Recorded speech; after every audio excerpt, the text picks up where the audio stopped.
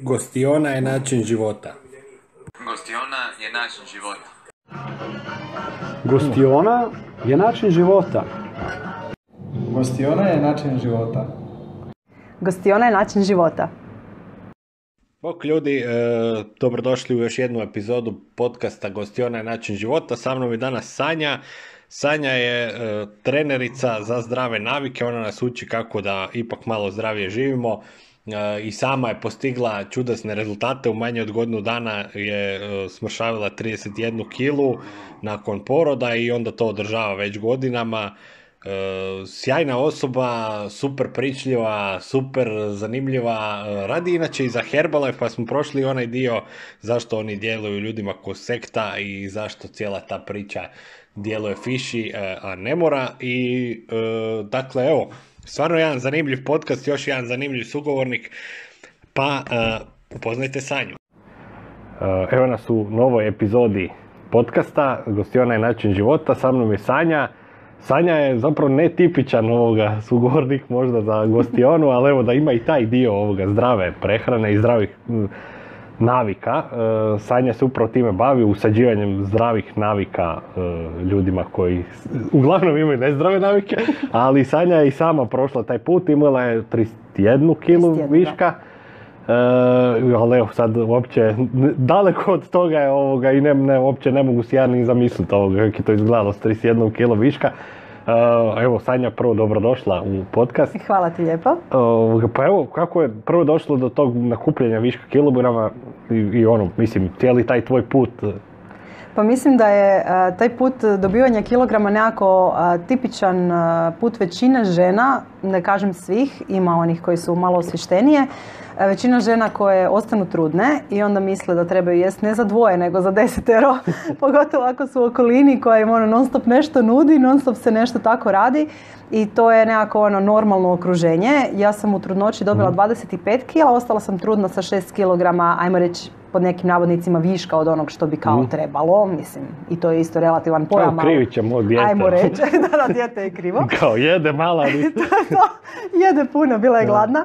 I ja sam u tom periodu imala već neke navike koje sam imala onako stabilne i sva sreća da jesam, jer ja mislim da bi to bilo još i puno gore, tako da sam unatoč tim kilama imala dobru krvnu sliku, cijeli taj dio je bio stvarno savršen, ali nakon što sam rodila sam stvarno onako sjela sama sa sobom i rekla ok, ovako to ne ide i nije po meni, nije dobro niti za moje zdravlje, niti za ubuduće stvaranje dobrih navika kod djeteta. Jer smatram da roditelj svojim primjerom definitivno može utjecati na razvoj svoje djece i djeca jednostavno upijaju ono što rade roditelji. Tako da mi je to bio jedan od najvećih okidača da krenem u bilo kakvu svoju promjenu i iako nije bilo lako i nije jednostavno izgubiti 31 kilogram, nije to 2 kile, nekome i 2 puno, ali isplati se, definitivno se isplati.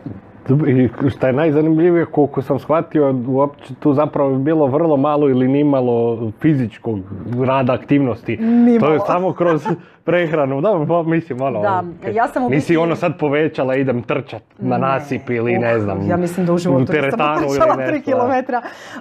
U tom periodu nisam uopće vježbala, što ne promoviram da se gube kile bez vježbanja. Smatram da je vježbanje super stvar, ali imala sam dosta problema sa donjim leđima, plus na početku mi se baš nije dalo vježbati sa plus 30 kila, nego tek onako pred kraj mi se počela stvarati ta nekakva volja i želja, jer kad izgubiš kile imaš i više energije, više ti se toga da. Tako da je u biti moj rezultat što se samo gubitka kila tiče 100% bio prehrana. I to kroz klasičnu hranu i zamjenske obroke i dodatke prehrani. A tek poslije sam ja počela nešto kod kuće vježbati, jer u sklopu mog posla, i o tome ćemo malo pričati, imam nekakve treninge snimljene 15-20 minuta kod kuće koji se rade i to je u biti jedino što sam ja radila. Evo. Tek prije 2 mjeseca sam krenula u džim. Idem, da, dijete mi ima već 5,5 godina, tek sam sad krenula u teretanu. Sad kad ne treba više. Da, sad čisto zbog sebe, zbog nekog gušta. Dobro, pa evo, mislim, koliko ti je trebalo, recimo, vremenski da skineš te kile, mislim, 31 kila zvuči stvarno puno, ovo što si rekla, nekom je i 2 puno, pa koliko upravo to trajalo? Pa kako to inače krene, prvih 2-3 mjeseca je krenulo brzo, što je u biti i normalno, jer nakon trudnoće puno tuje i nekakve suvišne tekućine koja se skupi i svega toga.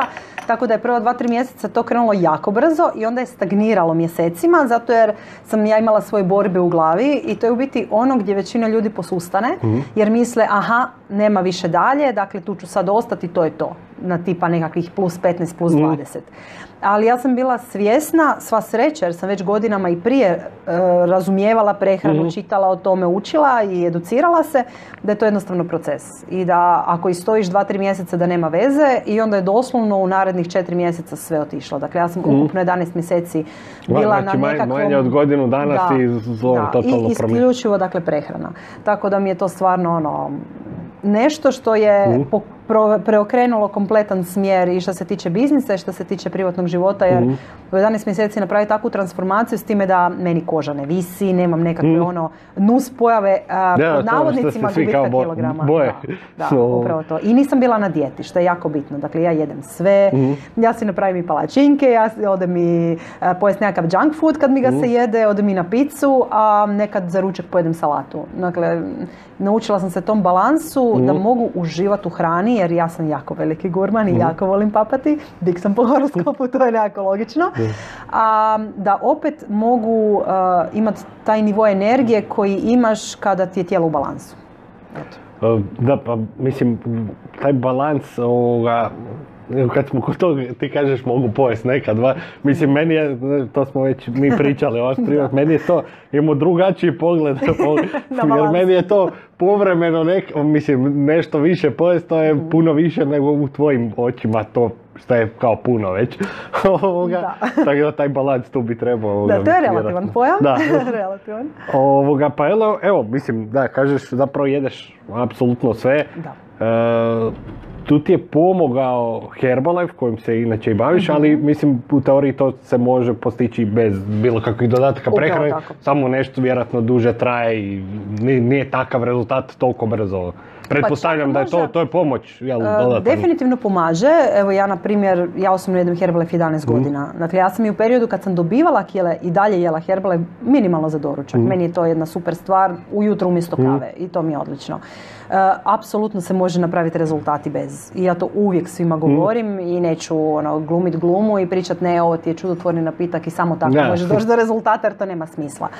Ali ima ljudi koji jednostavno ne vole nekakav tip hrane, ja na primjer... Ili im je jednostavnije si za doručak nešto zmučkat pa samo... Ne da im se ujutro nakuhavat, jedina druga opcija koju imaju je da popiju kavu, ovo im je bolje. I to je to. Tako, ja sam, na primjer, ta osoba koja sam, na primjer, nekad previše ljena za sebe, pogotovo ujutro. Ne bi sad radila nekakve zobene kaše i kajgane. Nije to moj džir, ja to ne volim ujutro i onda mi je to super. Tako da mi je to itekako pomoglo, jer jako živim jedan dinamičan život. Evo, ajmo reći, unazad godinu i pol dana, od kad je cijela ova situacija, više radim od kuće, ali u jednom periodu sam jako puno i putovala, pogotovo evo kad se mala rodila, obaveze oko djeteta i tako. I onda mi je pomoglo da imam jednom, 2 put dnevno nešto o čemu ne moram razmišljati. Da ja znam da sam ja pojela, da sam ja na miru i da mogu dalje se fokusirati na dijete i na kuću i na posao i sve ostalo. Tako da. Evo možda da probamo demistificirati taj Herbalife jer zapravo meni isto, evo meni prvom ide na živce cijela, jer onako imaju dosta ljudi koji s tim, ja mislim da to jednostavno ljudi pogrešno rade svoj posao, ali imaju dosta one nekakve sektaške i u startu ne dođu sa ja ti imam proizvod koji je Herbalife, koji uključuje ovih 28 proizvoda, ovaj ti je dobar za ovo, ovaj ti je dobar za ono, nego idu s onim ako dođeš sad, mi ćemo ti izmjerit ćemo ti ovo, pa sad onda masnoće ili ne znam šta već ne, i onda ćemo ti dođi na sastanak u petak u 17 sati samo za probrane ljude, pa ćeš tamo saznat kako promijeniti svoj život preko noći. Imaju taj neki, što ljudima, mene barem, a i koliko znam ispriča s ljudima, odmah ih odbije i odmah je to nekakav skem, nekakav Navlakuša. Pa da, mislim, mi kao, evo, sad hoće mi uvalit proizvoda za 15.000 kuna, a meni to ne treba, mislim, to je nešto skuplje, mislim, je... Čak i nije. Pa, ali mislim, ako obično ljudi gledaju to kao dodatan trošak, a ne kao ja ću zamijeniti nešto pa ću to trošiti na ovo, ali u principu, evo, čemu takva tajnovitost i taj opće nastup oko cijelog Herbalife-a? Super si ovo sad rekao i sviđa mi se što si ovo sad rekao na kraju. Em ova tajnovitost, em to kao Tana Vlakuša pod navodnicima. Ja sam u ovom poslu 11 godina. Inače sam pravnik po zanimanju i nitko me nikad ne bi povezao sa ovakvim načinom poslovanja. Ja sam bila osoba koja je bila protiv bilo kakve prodaje, protiv bilo čega takvog. Smatrala sam da ja ne bi mogla prodati nikome ništa nikad. Jer jednostavno nisam za to i bed mi je uopće ikome nešto ponuditi. Ali kad sam probala proizvod i kad sam se uvjerila da super funkcionira, postalo mi je spontano o tome pričati. Sad, kao što i kada uđeš u nekakav dućan, na primjer, evo, bilo koji, nećemo sad reklamirati, jer nas ne plaćaju, jel da? Ali ako neko, lako mi ubacimo. Ako neko sluša, javite se, ubacit ćemo. Besplatnu reklamu, ne besplatnu reklamu. Uđeš u dućan i sad tamo radi 5 žena. I 4 žene su super ljubazne i jedna je nabrijana i užasna i ta baš dopadne nas. Da li ćemo se ponovno vratiti u taj dućan i da li ćemo vjerovatno reći ajme u tom dućanu rade samo rospije. Zbog te jedne. A možda je drugih 20 zaposlenica tamo koji rade savršeno med i mlijeko i idealni ljudi. Ista stvar je kod nas. Nažalost, ili na sreću, ovim poslom se može baviti svatko. Dakle, licenca koju mi imamo je izuzetno jeftina i stvarno nekakva misao vodilja kad se i radila sama kompanija još prije 40 i koju godinu je bila daj mogućnost svakome, daj svima sve opcije koje postoje pa neka si oni sami odaberu što žele. Ja osobno smatram da ne bi trebalo dati svima sve opcije, jer neki ljudi zbog svojeg načina ponašanja ne zaslužuju dobiti sve opcije. Ne želim zvučati bezobrazno ili zločesto, ali stvarno ima ljudi za koje bi bilo bolje da se ne bave tim poslom. Ja mislim da možda tu čak i kako bi rekao, taj dio Herbalife čak sam ko kompanija privuče razne ljude, jer mislim ja sam čuo od ljudi koji su bili na tim inicijalnim nekim sastancima, pa ti priča frajer je bio mesar i skrpavao kraj s krajem, sad ima 50 milijuna eura jahtu, 6 vila, dobro, sad ja tu sad karikiram na brijam, ali sad ima, ne znam, kuću, ima dobar auto, savršen obiteljski život, ne znam, neko te ideale, kao, a do tad je skrpavao ko mesar, jedva izlazio, skrpavao kraj s krajem. Pa tu, ja mislim da ljude tu pomame se, naravno, mi svi hoćemo nešto preko noći, sad ću ja, vidi kako može mesar, mogu i ja. Tu ti je jedan veliki zarez, dakle na svakom eventu kojeg imamo mi uvijek kažemo da svi rezultati ovise o trudu i radu svakog pojedinca. Pa dobro, ali mislim da ljudi to, kako bi rekao, lakše gledati ovo, tu je super, mislim, ok, ja shvaćam, tu je Herbalife-ova reklama, jer cilj je širenje, mislim, jednostavno da svi imaju neku zaradu od toga, ali sad, kažem, dobar dio ljudi onda se i opeče jer sad ću ja preko noć, pa evo daj, ne znam, uložit ću i ovo što nemam da što prije da... Nekada, pogotovo prije nekakvih, hajmo reći 10, 20, 30 godina, od kad je Herbalife u Hrvatskoj, radilo se svakako. I to je definitivno tako. Unazad ovih zadnjih 10 godina, pogotovo od kad smo se počeli jako puno širiti po društvenim mrežama, dakle Facebook, Instagram, kad su postali popularni i tako, stvari su se drastično promijenile, zato jer su na kraju krajeva i direktive drugačije i pravila su drugačije i sve ostalo je drugačije. Dok su bile te, ajmo reći, na vlakuše, dođi, to ti je sve super, ništa se nije mijenjalo, dakle nije bilo nikakvog rasta. Logično je da će ljudi koji ispričaju svoju priču reći iskreno svoju priču. Dakle, kada god se čuje neka priča na takvim eventima, to su iskrene i realne priče, koliko god zvučale nerealno.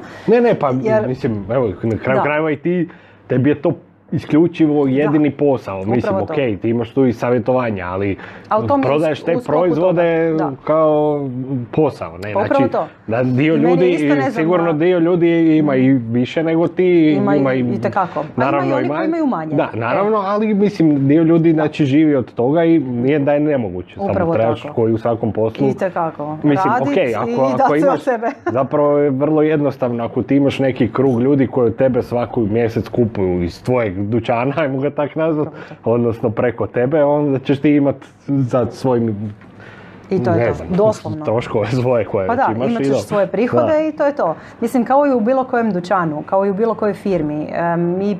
Mi se ne zapošljavamo u toj firmi, nego smo mi partneri. Dakle, mi imamo partnerski odnos i svatko ima svoju mini firmu, ako ćemo to tako shvatiti. I na meni je odgovornost da li će moja firma funkcionirati. Koliko ću ja raditi, koliko ću se ja dati u to, koliko ću ja etično poslovati, zato jer ima ljudi koji muljaju i koji izmišljaju toplu vodu. I zbog takvih ljudi, nažalost, upravo tako, i zbog takvih ljudi se u biti i šire takve informacije. Sva sreća, evo stvarno unazad par godina mogu reći da je većina takvih otpala, jer se nisu priklonili jednostavno modernom i etičnom načinu poslovanja, oni ne sudjeluju u apsolutno ničemu i nema ih na mapi. Dakle, takvi su jedan od 100 je takav i stvarno moraš ih povećalom već tražiti, jer to se više jednostavno tako ne radi. Nekada davno se svašta radilo, ko što kažem, ali osobno sam mišljenja da ljudi imaju puno mišljenja oko nečega što nikad u životu nisu probali. Na kraju krajeva da sad ideš pitat nekog frenda šta ti je bolje, Porsche ili Ferrari, popljuvat će Porschea, možda ga u životu vidio nije, a kamoli sjeo u njega i imao ga možda godinu dana. Pa otkud ti pravo da kažeš da Porsche ne valja? Mislim, ja recimo gledam između ostalih, ne znam, to reklamira i Ronaldo, sumnjam da bi on kao koliko ga znamo ovak iz javnog života, naravno niko ne zna njega kao njega, mislim zna neki mali broj ljudi, ali sumnjam da bi on baš išao reklamirati nešto, s obzirom da je i Coca-Cola odbio piti ovo i ono, da bi išao reklamirati nešto što je štetno za njega s obzirom koliko on pazi na svaki gram koji unese u sebe.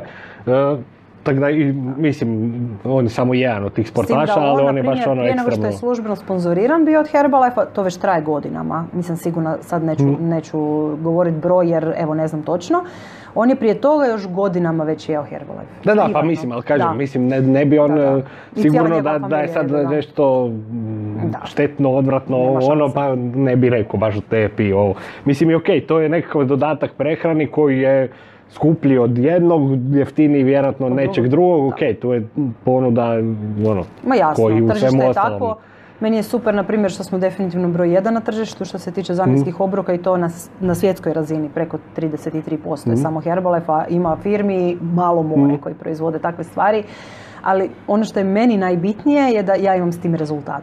I od toga nekako sve kreće, jer često mi ljudi pitaju kako si ti sigurna da to funkcionira, pa zato jer 11 godina to jedem za doručak. Mislim, sama si... Živa sam, nije mi rep narastao, nije mi otpala noga, mislim svašta su ljudi pričali da će mi se desiti kao zato jer ne jedem ujutro, ne znam, jaje, nego popijem šejk, ali meni paše, meni super, ko želi super, ko ne...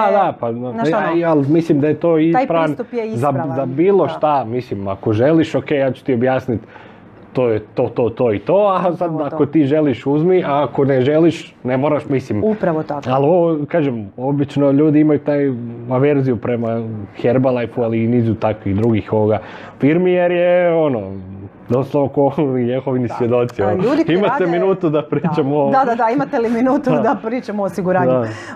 Ljudi koji rade na taj način, di skrivaju, di ne stavljaju javno, di ko zmija noge skrivaju, najčešće to rade iz vlastite nesigurnosti. Jer ni sami nisu sigurni 100% da li je to okej. I tu nesigurnost itekako odašilju na van na taj način. Valjda ima kao, ljudi će strati tak im kažem Herbalife, ja budem ga onda kao privuko, pa ću onda kad čuje, onda će htjeti. Baš to. A u biti najveći adut toga svega je da ti budeš siguran zato jer imaš vlastiti rezultat. Da, pa mislim. I to je, meni ne može niko reći da to ne funkcionira. Imam rezultat, a pogotovo klijenti s kojima radim godinama. Mislim, da ti pokažem, ne znam, portfolio svih rezultata u ovih 11 godina, stvarno posramili bi se vjerovatno i neki koji su jako visoko na ljestvici nekakvih savjetnika i tako dalje, jer je to stvarno jedan veliki broj ljudi koji su stvarno prekrasne navike usvojili i prekrasne rezultate napravili i to je nešto na što sam najponosnija. A sad, da li je nekome to njihov izbor ili nije, ja u taj dio ne mogu i ne želim ulaziti. Kratko smo takli, očito prvo može se samo od toga živjeti, s tim primjer, a nije nekakav odnosno to su jednostavno dodaci prehrani ili nekakve zamjene za nešto, možda šta bi poslo, neš pojest baš, Pa baš to, ne znam, ako je nešto neko masno, vozaču- tablu špeka, nego ćeš popiti šejk pa ćeš Upravo opet to. tu izgubiti. Ako je neko vozač kamiona, da baš ne mora svaki dan jest samo Montana Da, sendviče, ups, reklama, da. nego da si može Mortadelu tu i i tamo, pa baš to, nego ajde, ako će jedan sendvič pojest, pa da mu drugi obrok baš opet ne bude sendvič, nego da popije nešto balansiranije i to je to. Ali jako bitna stavka, da ljudi stvarno kada biraju s kim će raditi, da stvarno dobro odaberu s kim će raditi. Jer ima svačega na tržištu i stvarno i kod koje god odabira, dakle bilo da biraš doktora, bilo da biraš restoran, uvijek ćeš pogledati review.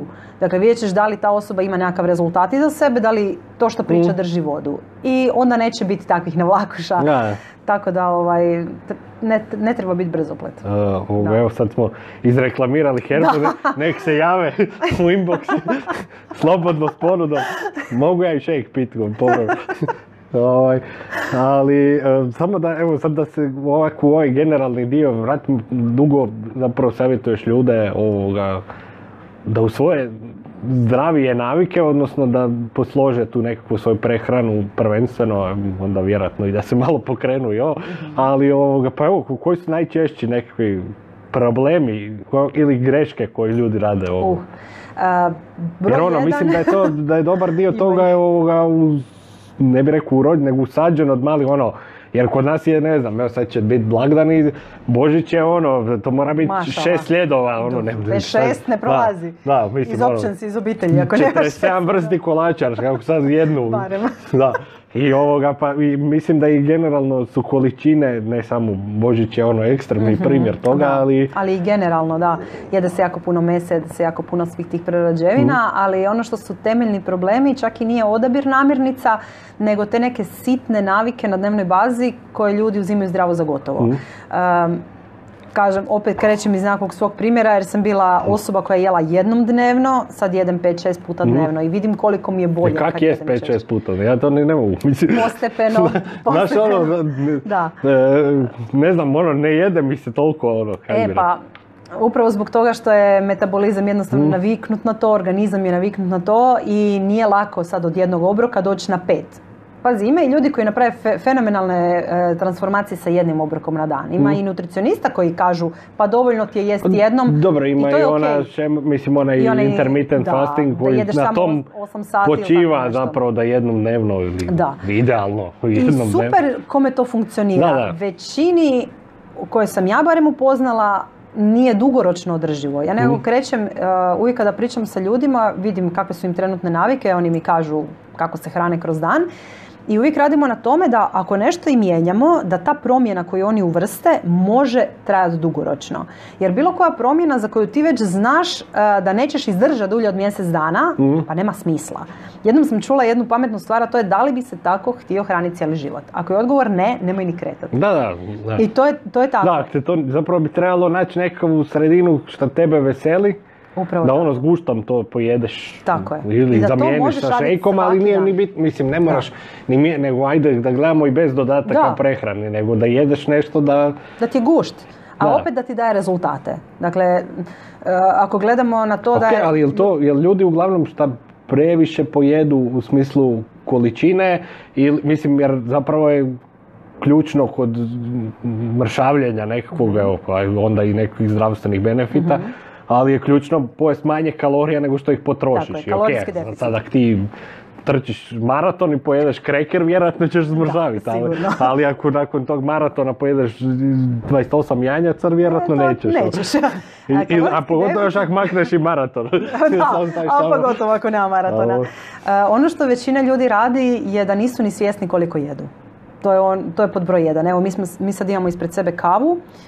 Inače, velik sam bila kavopija prije, sad si popimo na kad negdje odem, nekad sa šećerom, nekad bez, ali na primjer nekada sam pila 4 bijele kave na dan, dakle kava sa dosta mlijeka i sa 2 žlice, ali velike žlice šećera. Dakle, takva jedna kava, 250-300 kalorija ima brat bratu. I kad popiješ 4 takve dnevno, dakle ti si skoro 1000 kalorija kave unio organizam. Niti ne znaš, to je to. A onda di je još ručak, di je sad nekakva čokoladica, jer svi oni koji kažu ma ja ti ne jedem ništa, ma nemoguće da ne jedu ništa. Da, nešto pojede neku pizdariju onak sa strane, kao malo je mali kikiriki ili jedna Snickers. A da ne pričamo o kikirikiju. Da, Inače, bila Snickers jedna mi je žena... dobar, tako da... Da, volim ja Snickers, moram priznat. Da ne bi bilo da sad po Da. Snickersu. Ne pljujemo po ničemu, volimo papati. Problem je upravo u tome, a pogotovo unazad par godina, od kada je krenulo jako puno tih zdravih portala, vamo tamo, i sad oni kažu zob je odlična namirnica, avokado je odlična namirnica, čija sjemenke su super namirnica. I sad imaš osobu koja se ne razumije previše u prehranu i ona ide sebi napraviti obrok. I ujutro stavi 100 grama zobenih, 3 žlice čije, pa 2 kockice čokolade, zato ima neki okus jer inače je bljutavo, pa ovo, pa ono, i dobije doručak od 700 kalorija. Da. I normalno da neće gubiti kile.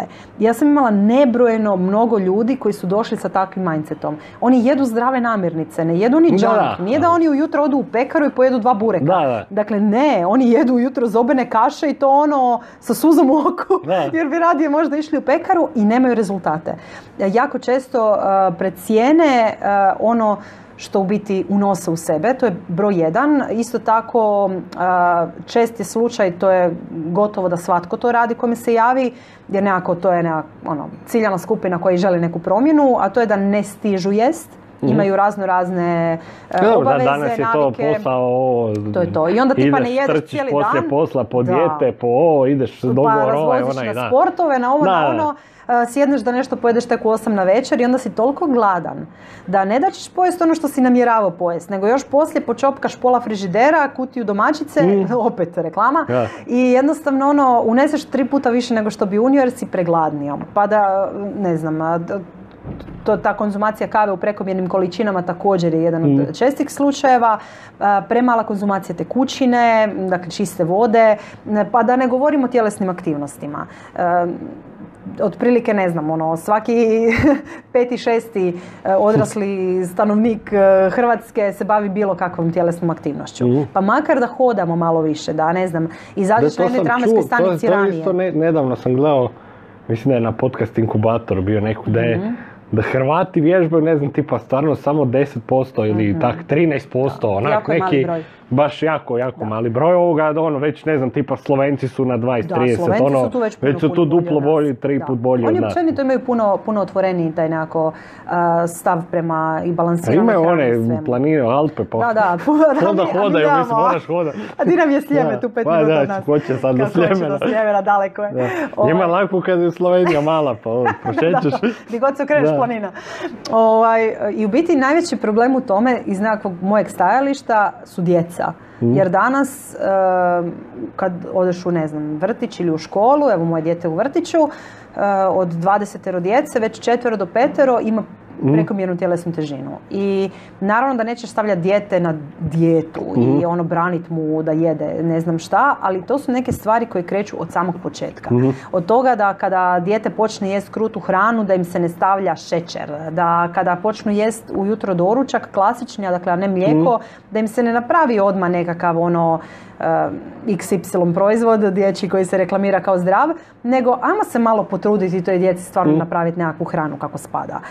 Ajmo, kada dijete ne želi pojesti ručak, ajmo ga ne mamit sa keksima. Ajde pojedi makar to da nešto pojedeš. Ne, zato jer će kasnije imati stvarno problema. A nedavno isto tako vidjela sam na Instagramu jedna djevojka koja radi nekakva istraživanja isto tako o prehrani.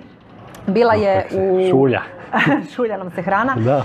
Bila je u jednoj školi i to su ju masovno popljuvali jer kao ajme kako se usudila to napraviti, išla je pogledat što klinci nose za marendu u školu. Dakle, nije bilo jednog djeteta koje je donijelo nekakav balansirani obrok, to su većinom bili nekakvi smoki, kroasani pakirani, čokoladna mlijeka, sokovi i tako dalje. Niti jedno to dijete nije imalo nekakav kompletan obrok. Pa ok, uz to čokoladu ili one pakirane merendine, kako se to zove, u redu. Dakle, nekakav balans, to je onaj balans o kojem pričam. Ali daj djetetu barem jednu voćku uz to. Dakle, neće past u nesvijest ako pojede mandarinu. Mislim da je Jamie Oliver jel on ili Ramsey, neko je išao mislim da je Jamie Oliver je to radio. Cijelu po vrtićima, školama, on je baš imao u kantinama, tim cijeli pokret da se škole obrazuju po tom pitanju. I evo, na primjer, ja sam inače iz Rijeke i moje dijete je tamo išlo u vrtić, sad je ovdje u Zagrebu. U Zagrebu je već puno bolja situacija nego u Rijeci što se tiče hrane. Dakle, tu jedu stvarno i cjelovite žitarice i puno voća i svega, ali upravo taj problem leži... Sigurno neki Bandićev rođak. Da, vjerovatno. Baš je, u biti, srž problema leži u tome da se uvijek ide na te neke jeftinije opcije. Da. Ali koliko su biti te jeftinije opcije dugoročno jeftinije? Da, ba, Puno su, ja mislim, skuplje. Mislim, jesu vrtiću, sad njihova briga nije dalje šta ćeš ti. Upravo to. Ili tako školi, ne, sad da ih ne. Da. Ne, pa evo, došla nam je... Oho, meza nam je došla. Da, kaj si to smislio? To je mala isprika od našeg gospodina Buharina. Da? S obzirom da smo ovdje na rižoto kozice. Dobro. Tu se desi jedan mali tip feller, ali mislim da je to jedan Pa dobro, da. Oprostit ćemo vam. Da, s obzirom da je običaj ovoga situacije gdje ćete zapravo još dodatno uživati. Jedan kremosan rižoto. Da, super. Kozica i sipice sa strane vas. Uživajte dobro. Može, hvala. Evo, dakle, dobili smo sipice. To ako neko nije bio, tu smo opet u Kaizeru. Mislim da ću ovdje raditi podcast. Ja nisam bila još nikad, ali jako lijepo izgleda. Ali ovo su sipice pržene zapravo, ali ja ih nisam prije ovdje. To jest prije nego što sam ih ovdje otkrio, nisam jeo nikad u ovakvom obliku. Ovo su ko lignje napravljene, ali... Super. A ovo je rižoto od kozica i to znam da je odlično. Top. Mislim, oboje je top, znam i ove. Tako da evo, slobodno ti prva, a ovoga možemo mi dok pričamo, jer neka se čuje da... Dogovorim, da zvecka. Da. Da, evo sad smo dotakli tog nekog u djetinjstvu, već ovoga bude krive te nekakve navike, i onda ljudi to zapravo ponesu kroz život i tu imaju kasnije problema. Da. I šta si, rekla si, najviše dođu sa tim nekakvim problemima pretjerane količine. Da. I tih pizdarija koje pojedeš da ni ne shvatiš. Upravo to. Mislim, znam po sebi najviše. Ja sam došla iz obitelji gdje se nikad nije jeo doručak, gdje je bilo normalno jutro skuhat kavu, prije nego što sam pila kavu. Neki domaći kruh, tako da. Može. Topali. Tako da dođete u Kaizer. Prije nego što sam pila kavu, to sam krenula, ne znam, sredinom srednje škole, uvijek je bio kakao. I to je bilo jedino sa čime sam ja izlazila iz kuće. I to je bilo normalno, jer kao pa imaš marendu u školi, marenda nakon 4 sata. Pojela bi slona nakon 4 sata od buđenja koliko sam gladna. I to su neke stvari sa kojima ljudi jednostavno odrastaju i naučeni su na to dugoročno i onda nije im toliko jednostavno u, 30. i 40. godini odjednom mijenjati navike. Ali poanta da ni ne ide odjednom. Da to sve ide onako postepeno, korak po korak i da se ne mogu očekivati čuda. Ja prije čak nisam uopće doručak, nisam ga mogao jest ovoga. Rak mi prerano, daj mi kavu i ja je...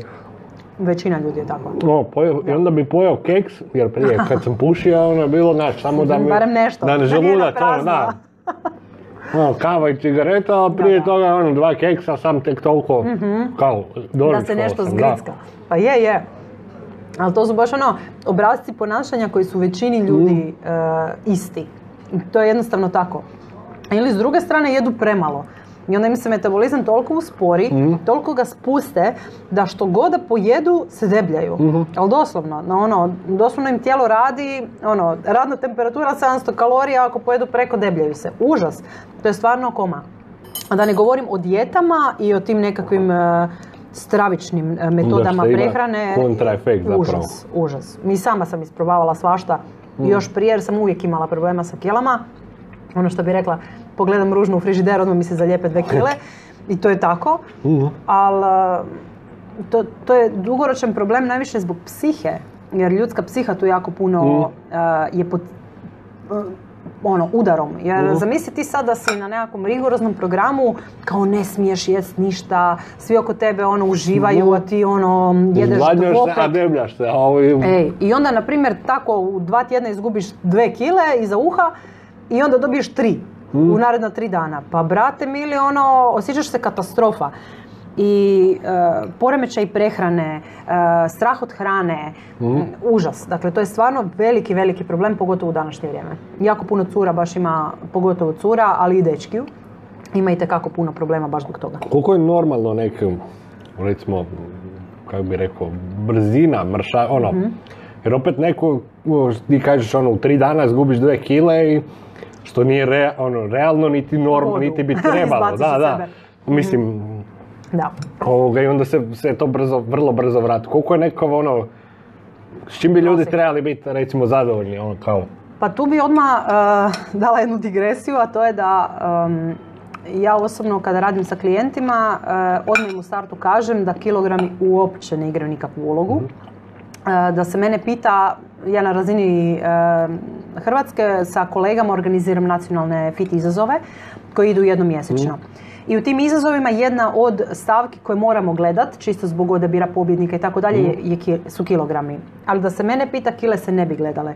Zato jer nisu relevantne. Neka osoba može ne jest ništa, izgladnjivat se, dakle gubi kile na jedan potpuno nezdravi način i izgubit će, 10 kila u 15 dana. A druga osoba koja se hranila balansirano, koja je usvojila 2-3 kvalitetne navike, će izgubiti 3 kile, a dobit će, 2 kile mišićne mase, osjećat će se super, imat će imunitet, brutalan energiju, frcat će iz nje. Ova prva će se rušiti od gladi. Pa koja osoba je više zaslužila da ponese pobjedu? Pa ovaj koji je to napravio na kvalitetan način. Tako da kile mi tu stvarno nisu neki relevantan faktor. Puno bitnija mi je nekakva vizualna transformacija, dakle sliku kada usporedim sa početka i nakon, na primjer, 15 dana, 30 dana kad mi se ljudi slikaju i opseg centimetara. Jer u biti centimetri pokazuju da li se stvarno tope te potkožne masti, da li se stvarno taj sastav tijela mijenja, a to je ono što u biti želimo. Jer nije poanta izgubiti puno kila, jer najčešće ljudi izgube jako puno mišićne mase, jako puno vode izbace iz sebe, a nažalost masti ostaju i onda se te kile jako brzo vrate. Rekla si da nisi nutricionist prije nego što smo počeli. Ok, nisi, ali s obzirom da si u tome dugo i ovo, mediteransku prehranu svi kao hvale, i tu nam je blizu, mislim, nama u Zagrebu, ok, ajde, već na moru se mislim, realno dio Hrvatske to jede onako, kako bi rekao, to nije njima mediteranska prehrana, to je tak se jede doma i dobro. Domaća. Ali u Zagrebu je to totalno druga zapravo, puno više teže hrane. Da. Baš sam nedavno slušao i mislim da je ovaj Pažarin, kuhar govorio kako puno se zapravo lakše jede, recimo u nekim priobalnim mjestima, nego u ovoj unutrašnjosti, ali kako, mislim, ako je već toliko to zdravo, a tu nam je blizu, kako to isto usaditi u kontinentu. Stare navike, teško se izbaciti. A znaš, da ne pojedeš sad pola praseta, nego možda ribu neko. Pod broj 1 skuplje je. To je prvi problem. Ali da li je skuplje, kužiš? Ili je samo dojam, jer pazi, recimo nekako, mislim, ti za, riba kao po kili je skuplja, ali ti ne moraš 3 kile ribe pojesti za ručak neki, znači tebi je 40-50 kuna recimo ručak. Za jednu, mislim, i sad nećeš svaki dan, ali mislim, tipa srdele za 20 kuna, se najede 3 ljudi, Definitivno. Tako da nije... Najveći problem je biti taj mentalitet, jer kao ajme ostaću gladan. Lakše je napraviti kotlovinu sa 25 kila mesa i kobasica, pa makar i ostalo, nego napraviti ribu jer ajme meni, ko jede ribu. Jer dosta je to i onako uvriježeno to mišljenje da od ribe si gladan nakon 15 minuta. Pogotovo Slavonija i cijeli ovaj oko Zagreba dio, gore Zagorje i slično. Jednostavno, tradicija je drugačija. Tradicionalna jela su drugačija nego u Primorju. Meni je u Primorju normalno pojesti lignje, a ovdje tu porako. Pojedeš lignje tako malo da si ubiješ monotoniju od mesa. Tako da u biti i ta pretjerana konzumacija u biti mesnih proizvoda je jedan dosta veliki, ajmo reći, problem. Ja sam osobno prije par mjeseci napravila jedan eksperiment, a to je da sam prestala raditi meso kod kuće. Baš onako samo inicijativno. Najviše jedem u biti ribu i biljne izvore proteina. Mala jedva čekala vrtić da se ne jede. Ali što je najbolje u vrtiću im isto tako rade miks. Dakle, imaju tipa 2 dana meso, 2 dana grahorice i tajđir i 1 dan ribu. Tako da isto imaju baš jako raznovrsno, super je to. I mogu ti reći da sam se preporodila. Osjećam se puno bolje, puno lakše, nemate težine u želucu kao kad pojedeš komad mesa, čak i piletine. Jer danas, nažalost, to meso koje se kupuje je, mislim, znamo svi kako. Ali ja mislim da to opet se vraćamo na neke količine, jer i na onaj, možda i mindset da je Mislim, imam takvog frenda, ono, da, što nije se najao, Ako nije pojeo pol kilometra. ako mu nije ako nije da te boli trbuh, onda ne znam kaj si jeo uopće. Da, pa je. Mislim da taj osjećaj sitosti Ako ne naručiš jumbo pizzu, nisi ništa pravio. Ja, pogrešan je osjećaj sitosti, ti si zapravo sit puno prije nego što se, izvrneš i ne možeš disat. To je onaj mentalitet faca sam ako pojedem pol puno. Ali u biti ma ne, ali mislim da to nije ni čak ni to, nego je onak samo kao, to tak treba, da se ubiti. Pa da, je. Ili ono ne znam. Mislim, ja recimo, meni kad je nešto fino, ja ne moram stati jednu, tipa pašticadu, kad jedem ja ću pol krave pojest, dok ima, ali... Je, ali to su biti te navike koje se... Mislim, ja znam da je to krivo, ali kuš, toliko je fino da onaka, dobro, poslije ćemo razmišljati o posljedicama. Ali to su biti te stvari na kojima se stvarno dugo vremena radi. I nije nešto što se može promijeniti od danas do sutra, ali postepeno se to osvještava. I to je u biti poanta, bilo kakve promjene. Jer nemoguće je očekivati da će nekakva veća promjena navika, pogotovo takvih tvrdokornih, ukorijenjenih, doći preko noći. Ne, super je. No, pitanje nas jel... Da li je dobro? Da, ja sam skoro zaboravio već da pričamo tu za podcast, kao da ovo fino, da. Njama. By the way, ove sipice su zakon? Da, pa ali ne znam jesi ti jela to kad u ovoj formi, sipa uvijek meni u nekom rižotu, u nečem, crni od sipa i to je to. Da. A ovo je onak, kao... Da. Ko lignja, onak prženo. Da, jako zgodno. I to su ti neke male. Predobro. Bebe sipe. Da. Tako da, ali fakat su Sorry, sipice. Da. A dobro, već su sad tu. Sad je kasno. Sad je kasno. Da, recimo, evo, kad smo i kod tog, mislim, meso, ja mislim da nije problem do mesa. Mislim, imao sam, evo, u prvoj epizodi vegana i ovoga, čao, dobro, to je njegov odabir i ovo, više zbog nekakve, to je zapravo statement više nego prehrana, ali mislim da nije, ja osobno se ne bi mogao odreći neke kategorije hrane jer mi jednostavno sve volim jest, ne?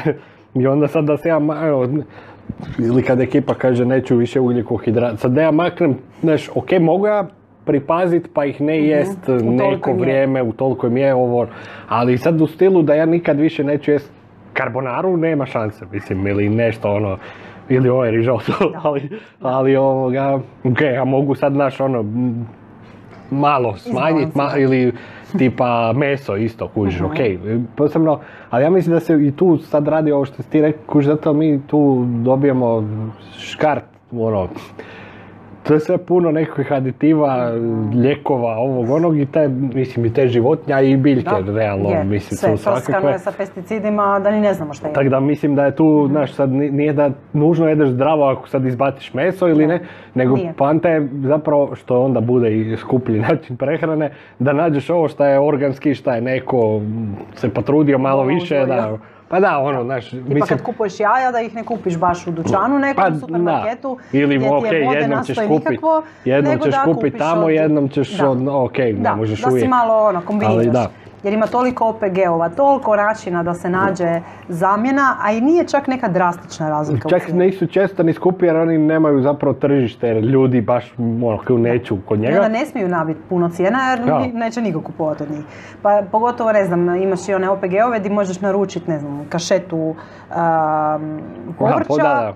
Pa i imaš za narednih, ne znam, tjedan, dva i platiš 150 kuna, oni tu to stave miks svega svačega, onako da imaš i za juhu i za ovo i za ono.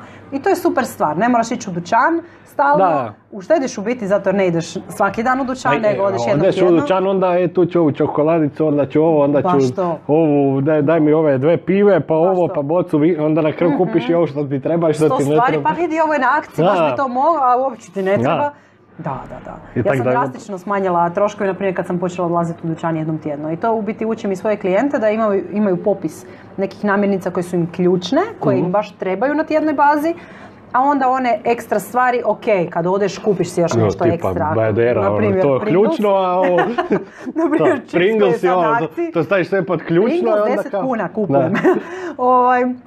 Kupiš si naravno i nešto van toga, hvala Bogu, nismo roboti da ćemo biti sad onako zatvoreni, ali ta izbacivanja grupi namirnica koje si spomenuo, ja osobno stvarno, prošla sam, Mislim, hoću reći, radila sam sa ljudi puno koji ljudi. tako jedu, oni tvrde da je to ispravno, da se oni mislim, okej, ako mislim njima da je tu funkcionira, i, super. i od osobe do osobe, kako si ti, Naravno. ono što si u početku spomenula, da ti moraš biti sretan s tim sad, ako ti izbaciš je. sve, onda si nesretan, jedeš Tako onu je. brokulu, Upravo to. jadan sav onda nema smisla baš sad. Pazi, ima i ljudi kojima je hrana nužno zlo, koji jedu Da, samo to- zato jer moraju a jest. ti ljudi, ja ne znam, I to je ono, neki okej, poremet.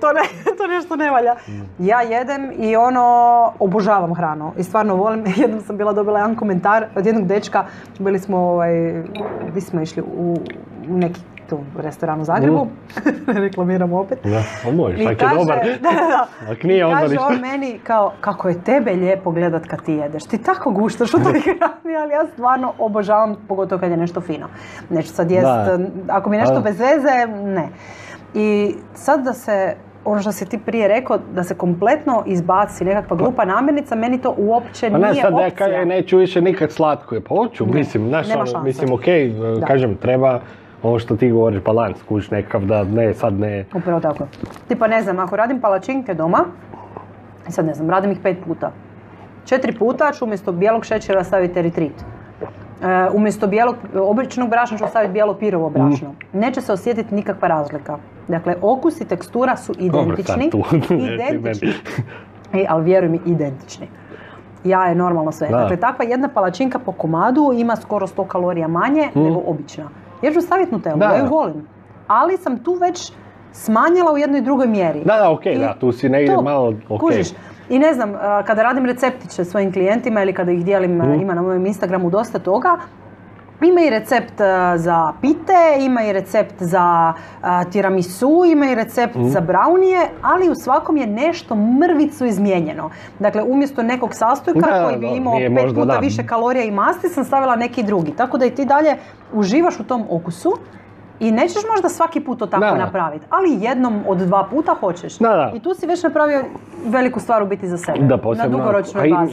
znaš šta još mislim toj kolege, hajmo reći, ili ovoga, mislim, što neki fitness treneri, što neki nutricionisti ili tako, neko ko jednostavno se bavi tim, recimo, zdravim navikama kod ljudi, znaš, obično imaju krivi pristup, jer sve sad izbaci slatkiše, mislim, pa neko ko jede slatkiše svaki dan 6 čokoladica i 2 čipsa, znaš, on neće izbaciti sigurno, ali ja mislim da bi po meni bi takvim ljudima trebalo, ok, ajde probaj pojesti 2 čokoladice i 1 čips, pa smo Tako opet je. dobili da si Ili mu daj smanjio. neku zamjenu. Ne znam, ljudi koji su kod mene i koji dođu kao kompletni ovisnici o slatkišima, koji ne mogu podnijeti jedan dan bez da imaju taj okus slatkoga. Ja im, na primjer, dam proteinsku čokoladicu, da im nekakvu zamjenu, da im recept za neke slatke stvari koje im mogu biti i među kad te baš koji su im čopije, sasvim ok, da si jedu i Da. svaki dan ako žele. Potrudim se, osmislim im nešto, da im olakšam tu tranziciju. Jer nije baš dobro pojesti svaki dan 100 grama čokolade, Da. mislim, budimo realni, ali ajmo malo to smanjiti na jednu stranu, pa Da. povećati u nekoj drugoj strani i rezultati će doći. Ali bilo kakva isključivost, po meni nije baš previše zdrava. Kužiš, mislim da onda ti to još veći da Veliko samo misliš o opterećenje. tom, znači sad bi taj čips Ne znaš, misliti na torticu, ne misliti na pa torticu. to, da. Da, Znaš, da. sad baš hoćeš to, znaš. Da, i samo o tome razmišljaš. I što je najgore, ljudi koji budu na takvim programima, kada taj program završi, dakle tipa 15 dana, mjesec dana, 3 mjeseca, šta naprave? A da, opet Krenu da. u neograničenim količinama jest ono što nisu smjeli. Ljudi moji, možete jest sve, Da. samo malo upaliti mozak, čega bi trebalo malo više, a čega Da. možda mrvicu manje. I to je to. Da, pa Ništa zapravo drugo. nije toliko komplicirano, ali zapravo to nije, kažem, mislim, to ovo što smo pričali nije da nešto usvijestiti nije usađeno to da, nego onak, ili ovo, sad idu blagdan i sad ja moram žderat, ne moraš žderat, realno. Upravo tako. Mislim, ali okej, ali dobro, ajde, tu ćeš možda i nekom obiteljska druženja, Da, pa jasno. pa ćeš pojest malo, vi pa ćeš otići, ne znam, babi nekom, pa će ore, ajde daj, ništa ne jedeš, vidi se ga, pa će ti uvaliti još neki ali Ma okej. jasno. I to je tih, Mislim, ne to je- znam, 10-15 da. puta u tom mjesecu. Ali Da. baš sam neki dan radila jedan post i napisala sam kao do kraja godine, ako jedemo 5 puta na dan, ok, neko ne jede, ali dobro, ja sam išla iz svoje neke perspektive, imamo nekih još Vi- 170, viću da, mi Kad neobični. jedete, ovo. Imamo nekih, ne znam, 170 obroka do kraja godine. Ako ih je 10 tih blagdanskih, dakle imamo još 160 onih koji nisu blagdanski i nisu obiteljska druženja i odlasci na božićne večere. Dakle, 160 obroka je u našim rukama. A šta većina ljudi radi? Kaže, aha, sad je 12. mjesec, sad se idem ubiti od hrane Da. i od prvog krećem. Da. Novi ja, nova godina, ma nema toga. Dakle, to je mit i izmišljotina marketinga. Dakle, to ne postoji. Dakle, novi ti možeš biti sa svakim idućim obrokom. Da, pa dobro, Doslovno. bilo, da, Jer bilo. kad odlučiš da ćeš taj dan popiti jednu čašu vode više, to si Da. novi ti. I to stvarno možeš, na svakodnevnoj bazi možeš napraviti tu malu stepenicu prema boljim stvarima. U 2 dana se neće desiti ništa, ali kroz godinu dana se dese čuda. Da. I ljudi u biti zanemaruju Ljudi sve hoće ono što brzo. mogu napraviti u tjedan dana i u jedan dan, Da. a precijenjuju ono što mogu napraviti u većem periodu vremena. Tako da, stvarno fokusirati se na danas, što danas mogu napraviti bolje za sebe. A ne ono, joj, kad dođe, ne znam, Da, sve nešto, kad se poklope mislim, zvijezde. zato se ne da, realno, mislim, Upravo to. znaš, hoću i dalje jest, ne bi sad baš izbacivo nešto, Pa jasno. pa budemo od 1.1. onda Jedemo kruh, budem ti si mi prije, dokaz. da, budem prije ljeta, znaš, pa budem prije ovog, pa evo sad je već prošlo ljeto, ajde, pa budem malo Prođe i pred ljeto, zimu, i da. jesen, i zima. Situacija je sve gora. Znaš, ovo kao, lakše se sramotiti jedan dan na plaži nego cijelu godinu patiti u teretani, mislim. To nema veze. Da, pa šta znam, Da. tjedan dana i dobro. Baš to. Jednog živiš na moru, onda ne znam, si u problemu. Onda si već malo Ali onda već opjeden jedeš se. ovu ribu i ovo, pa si Mediteranska dobro. hrana je onda, pa je okej. Tako da vjerojatno ovoga lakše njima. Da. Pa dobro, ja mislim da smo prošli ovoga, dobar dio ovih. Da, dosta toga smo prošli. Sad će nas već i ovaj upozoriti da je već Počeš moje nam 50 trubit. minuta. Već Da. previše pričate. Da, pa evo možda još di te ljudi mogu naći ako hoće. I mislim i na Instagramu između ostalih vide dokaz Da. ovoga slike što smo pričali 31 Da, kila. da je stvarno istina. Da. Pa mogu me naći biti najviše na Instagramu, Instagram i Facebook, ali Instagram je najviše poslovni neki profil. Uvijek se mogu javiti za besplatne konzultacije o prehrani. To je jako, jako bitno da znaju. Ne naplaćujem apsolutno Ali niti će jednu vam valiti informaciju. Herbalife. Neću. Daću opcije, Da. pa tko želi Da. dalje, super, ko ne mora. To mi je super zato jer stvarno ljudi mogu dobiti kvalitetne informacije, na jednom mjestu sažete, mogu dobiti razne korisne stvari, ako i ostanu na profilu dijelim i recepte i ideje i savjete, stvarno ko samo čita objave već može naučiti jako puno o prehrani.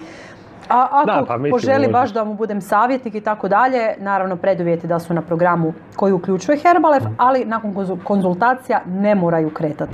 Dakle, to nije obavezno. mogu dobiti neku informaciju šta bi Pa trebalo. velika većina ne krene, mislim. Da. Ajmo reći od 10 ljudi, 4 krene, 6 ne žele, Da. ali dobiju kvalitetne informacije. Da, koje da, mogu... šta bi Da. trebalo napraviti sad, Upravo to. kako, A onda dalje neka pokušavaju. ili će sami, ili To je će... to. To je to. Tako da mogu se slobodno javiti za konzultacije ako imaju bilo kakvo pitanje, bilo što da ih zanima, slobodno. Od iduće godine bit će jedan nevjerojatan cookbook koji će ići u prodaju sa receptima koji su brzi, jednostavni. Ja ne volim dugo vremena provoditi u kuhinji, ali volim finu hranu. Kao što sam rekla, tako da će biti super. Tako da evo, pratite, gledajte, mislim da ćete stvarno moći dobiti nešto korisno. Evo kad si, samo da vratimo još malo, spomenula si bila je recimo čija, avokado, sad kad si ove Aha. recepte spomenula, te namirnice tipa čija, avokado i slično, ok, mogu biti zdrave, ali nisu tipične za naše podneblje. Mislim, da li postoji čija u Hrvatskoj? Mislim, mislim, hoću reći, ali imamo mi neke svoje namirnice, ovo tu isfura neko, pa ajde, to je sad dio i marketinga, to je super zdrava, super hrana, nešto, pa plati. Mislim, generalno to su sve unutra i zdrave masti, i zdravi proteini, zdravi ugljikohidrati, mislim, to se sve može napraviti sa drugačijim dobro, namirnicama. nisu loši, Ja nije da ćeš imati problema ako jedeš avokado ili čiju, da pače, ali nisu ali, naše. na primjer, mnogi ljudi sad jedu taj, evo, baš smo došli do avokado, taj avokado, meni osobno avokado nema ni boju, ima boju, nema ni okusa ni mirisa, dakle niti smrdi, niti miriši, kako bi ja rekla, ja ga osobno ne volim. Jedino ako ga napravimo onaj guacamole i začinim onako dobrano, onda mi je fino. I ja to osobno nikad ne kupujem i nikad ne jedem i baš mi je koma, a ima ljudi koji žive na avokadu. Jako puno tih namirnica, dakle benefiti tih namirnica mogu se naći u drugim, na primjer maslinovo ulje i tako dalje za početak, ali postoji bauk, ajme ne smiješ jest puno ulja. A to što pojedeš avokado koji ima, ne znam, 500 kalorija cijeli, to je kao ok. Mislim, to je taj marketing. Dakle, zapravo to je to... i smiješ jest, mislim, kako bi rekao, ulje nije... Trebaju ti zdrave masnoće. Sad, iz kojeg izvora ćeš ih ti uzeti? A i sigurno u pol deci masnovog ulja ili deci nema jednako kalorija i svega ostalog kako u, ne znam, nečem šta dalje poždereš. Iznenadio bi se. Pa dobro, ali mislim su zdrave ove. Ali opet su barem kvalitetnije masnoće. Ali poanta je u biti da u današnje vrijeme imamo stvarno jako velik odabir. I jako puno je toga, jako puno je dućana sa tim, ajmo reći, zdravim namirnicama, iako ja ne volim te podjele zdravo, nezdravo. Hrana je hrana i pod navodnicima zdrava hrana je nezdrava ako jedemo u pretjeranim količinama. Pa da, možeš ti sad pojesti 64 avokada dnevno, to neće ti biti dobro, imat ćeš višak masti, kila, Ali ima jako puno toga za odabir, jako puno tih nekakvih neobičnih namirnica koje su unazad par godina došle na tržište i to je ljudima malo čudno jer kao šta će mi to, pa nismo to prije jeli, šta će mi to sad. Ali opet ne mora nužno biti loše. Dobra je ta raznolikost, pa svako neka sebi odabere što mu više paše. Ali taj strah od hrane, to je u biti onaj najveći problem. Ljudi moji, nemojmo se bojati hrane. Hrana je tu za nas, da nas nahrani, da nam da energiju, a samo malo mudrije birajmo šta ćemo i to je to. Pa da. Ili bar ovo što je finije, pa... Da. Barem ako se već debljaš da uživaš. Da. Evo, viš kako počne crveno kao heads up, nemoj pričat više. Kaže, keep an eye on the clock. Dobro, hvala ti na gostovanju u podcastu. Ja vjerujem da ćemo još nekad te ugostiti u podcastu, vjerojatno i u blogu. I ništa, evo, čuli ste gdje se možete javiti, i lajkajte, šerajte i sve ostalo, subscribeajte se i što je već, I družimo se. Idite po kućama, imate minutu da pričamo o gostioni. Pozdrav, bok. Ćao. Hvala što ste poslušali još jedan podcast Gostiona je način života. Ostanite uz Gostionu na svim društvenim mrežama koje možete zamisliti na Instagramu, na Facebooku, lajkaj, šeraj, subscribeaj se na čemu god slušaš ovaj podcast.